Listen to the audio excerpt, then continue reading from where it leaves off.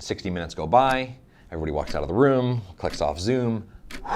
That meeting should have been an email. We want to avoid this at all costs. How do you conduct really effective meetings? I'm going to give you 2 tools in this video. One you can think of as a delete button of how to actually delete meetings off your calendar. When I work with leaders and some of the smartest leaders and educators on the planet, what I find is that most of them spend 20 plus hours a week in meetings. And there's a collective groan when people talk about that.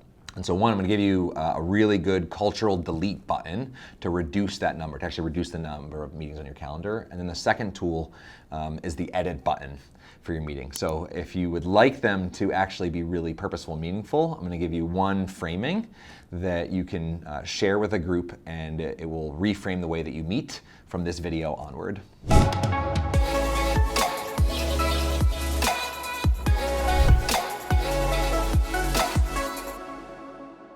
Here's your delete button, JOMO, the joy of missing out. So this only works if everybody on the team has the phrase JOMO. So everybody in the world, perhaps, or most people in the world have FOMO, the fear of missing out. JOMO is the joy of missing out. And so the idea is that you actually build a culture where you can give people, as the leader or as an individual contributor in an organization, you can give people the joy of missing out on a meeting and getting an hour to actually move things forward or produce work in some way by looking at the purpose, by designating a purpose for the meeting and being really clear who absolutely should be in this meeting so that we can accomplish that purpose. And if there's anybody that's like, it'd be good for them to know. Again, if your whole team has watched this video and has JOMO in their head, it's not uninviting people. It's not excluding people from a meeting. It's the culture of like, ooh, how can we all look to save each other time, right? So it's for me to extract myself from a meeting is one possibility, but then for me to invite somebody else to leave a meeting, not by saying, hey, we don't want you to be in the room, we're going to talk about sensitive. No, it's not that. It's saying, you've got an hour for free. I think we can tackle this, just the 4 of us, and then we'll bring you in 2 weeks when we're ready for graphic design or whatever it is. The graphic designer doesn't need to be there for 7 meetings. They could just be there for the 5th meeting when you actually know what you want to be designed, for example.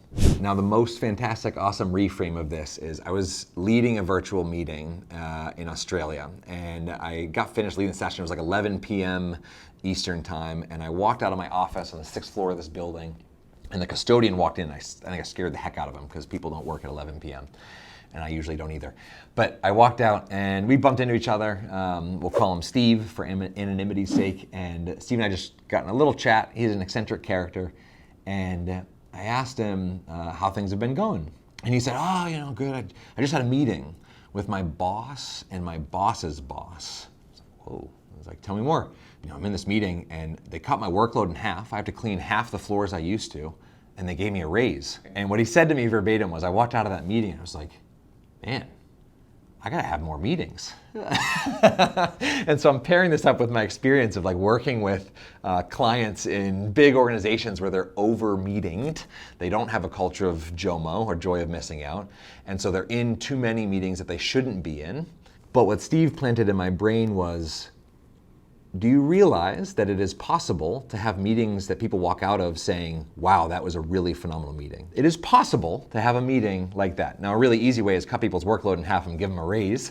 But the more realistic version is this. I've gotten clear recently that all of our future is shaped and edited by our speaking and our listening. There are a couple material reality things that I can't quite explain with that logic, like hurricanes or tsunamis. But in a working context, in a meeting, we're in an organization trying to get something done, all of our future is created in our speaking and our listening. And yet somehow in corporate culture, we've just developed this like, another meeting. This culture about it. And so the mindset of what if we walked in the mindset that not only it could be, but we were determined to make this meeting a talk that actually edited tomorrow. So we came in with the intentional as we are going to talk our way into a blank tomorrow.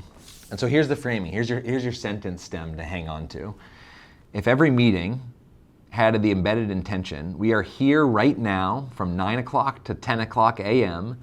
to talk our way into a you fill in the blank, a blank tomorrow. Do you want a more clear tomorrow? Do you want a simpler? Do you want less work? Like, set an intention about what kind of a future you want to create in that meeting. So many meetings happen and they don't actually have a clear intent or purpose. And that is the single, in 60 seconds, you can say our intention in the next hour is blank. You might even add the words "so that" at the end of it and fill in the deeper purpose or ideal behind that meeting. If you like the idea of JOMO and you like the idea of talking your way into tomorrow and being really clear about intention and setting a culture where all meetings have a clear intention, there is one way you can ensure that happens.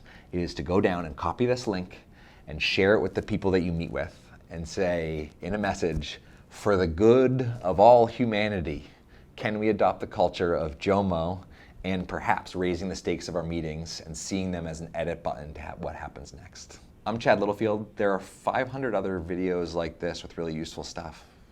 Consider subscribing. Have an awesome day.